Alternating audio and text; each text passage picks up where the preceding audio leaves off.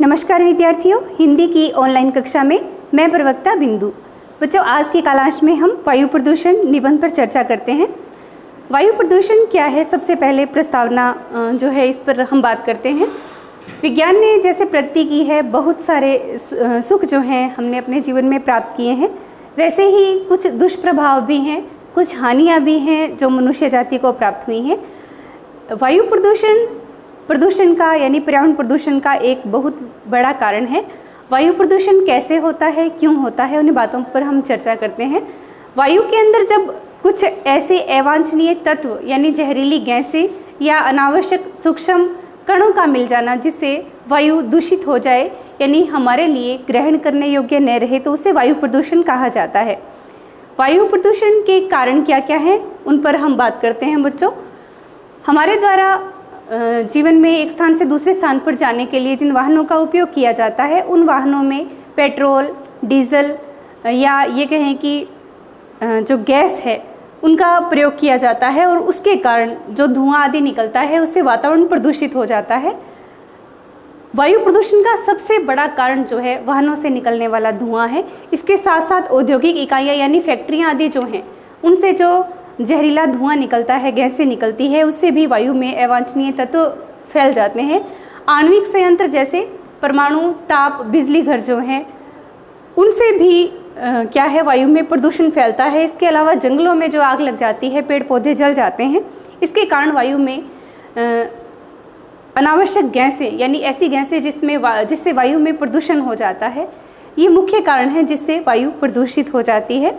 यानी carbon dioxide, sulphur dioxide, nitrogen oxide या काला कार्बन, इस तरह के जो सूक्ष्म कण या फिर जो अवांछनीय या ये कहें कि दूषित वायु जब वातावरण में मिलती है तो इससे वायु प्रदूषित हो जाती है। अब वायु प्रदूषण से वातावरण में प्रभाव क्या होते हैं? बच्चों, जैसे जैसे वायु प्रदूषण बढ़ता है, पृथ्वी का जो उत्तरी ध्रुव और दक्षिणी ध्रुव है यानी पृथ्वी का जो तापमान है वो बढ़ता चला जाता है, जिसे ग्लोबल वार्मिंग कहा जाता है। भूताप बढ़ जाता है जिससे उत्तरी और दक्षिणी ध्रुव पर जो जमी हुई है बर्फ़ है वो पिघलने लगती है और इस बर्फ़ के पिघलने से जल स्तर जो है बढ़ने लगता है और कई ऐसे छोटे देश जो कि निचले स्थानों पर है उनके डूब जाने का खतरा बन जाता है। ऐसे ही वायु में जब सल्फर डाइऑक्साइड या नाइट्रोजन ऑक्साइड मिलती है तो इन दोनों के मिलने से H2SO4 यानी सल्फ्यूरिक अम्ल बन जाता है। सल्फर डाइऑक्साइड के मिलने से सल्फ्यूरिक अम्लीय वर्षा जो है उस समय हुआ करती है और ये अम्लीय वर्षा बहुत घातक होती है। इससे इमारतों को नुकसान पहुंचता है, साथ ही साथ फसलें खराब हो जाती हैं और मनुष्य जाति और जीव जंतुओं पर भी इसका दुष्प्रभाव देखने को मिलता है। चमड़ी के रोग हो जाते हैं या उस दूषित पानी को पीने से, अम्लीय पानी को पीने से अनेक प्रकार की बीमारियां जन्म लेती हैं। इसके अलावा वायु के अंदर जब धुआं आदि मिलता है या धूल के कण मिल जाते हैं तो सर्दियों के दिनों में कोहरे के साथ मिलने से धुएं और धूल कणों से दिखना बंद हो जाता है, जिससे दुर्घटनाएं, एक्सीडेंट जो हैं सर्दियों के दिनों में बहुत ज़्यादा होते हैं। ये भी वायु प्रदूषण का एक मुख्य प्रभाव है, दुष्प्रभाव है।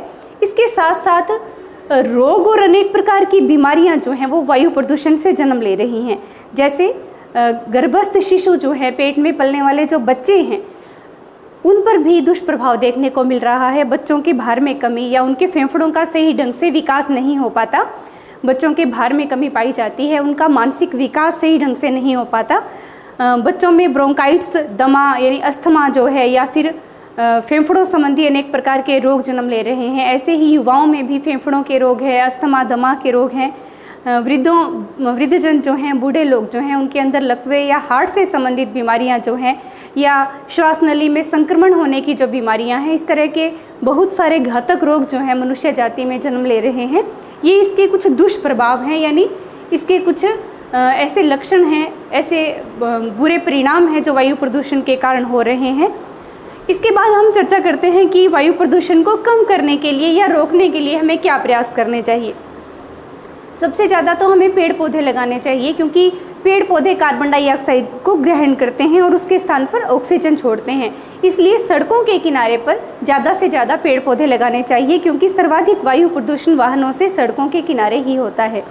इसके बाद जैसे कुछ देशों में ये पॉलिसी लागू है कि 15 वर्ष से पुराने जो वाहन हैं, साधन हैं, उन पर रोक लगा देनी चाहिए, क्योंकि उनसे अधिक मात्रा में वायु में प्रदूषण होता है, उनसे जो धुआं निकलता है अधिक मात्रा में निकलता है।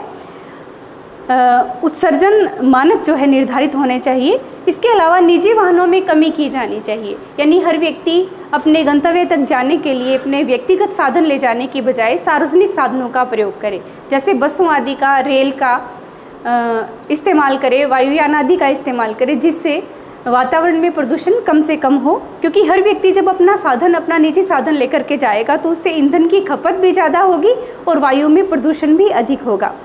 इसके बाद धुआं अवरोधक यंत्र का मतलब है कि कारखाने जो हैं, फैक्ट्रियाँ आदि हैं, उनमें धूम्र निरोधक यानी धुएं को शोषित करने वाले यंत्र लगाने चाहिए, जिससे वातावरण में धुआं कम फैले या जहरीली गैसें कम फैल सकें, वायु प्रदूषित कम से कम हो।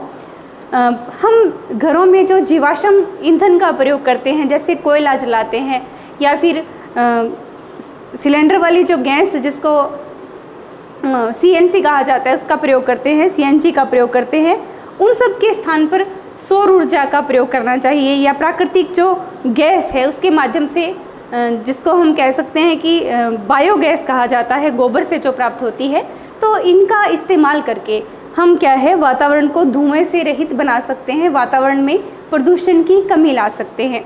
ये कुछ छोटे छोटे प्रयास हैं। मनुष्य ये चाहता है कि सारे प्रयास सरकार के द्वारा ऐसे किए जाए जिससे उसे खर्चा भी कम भुगतना पड़े और उसका नुकसान भी कम से कम हो, तो ये संभव नहीं है। जब सरकार और जनता, प्रजा मिलकर के जब कदम उठाएगी, यानी हमें भी सरकार का साथ देना होगा।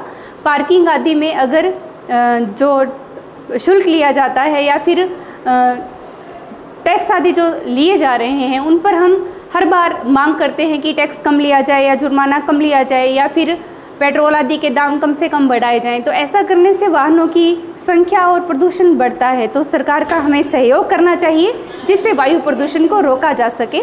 सरकार के साथ साथ प्रजा की यानी जनता की सहभागिता का होना आवश्यक है जिससे प्रदूषण को रोका जा सके। तो ये हमारे द्वारा किए गए छोटे छोटे प्रयास ही, यानी हमारे द्वारा लगाए जाने वाले पेड़ पौधे, हमारे द्वारा निजी वाहनों का कम प्रयोग करके या धुओं अधिक मात्रा में सौर ऊर्जा का प्रयोग करके, जीवाश्म ईंधन का कम प्रयोग करके हम वातावरण को शुद्ध बना सकते हैं।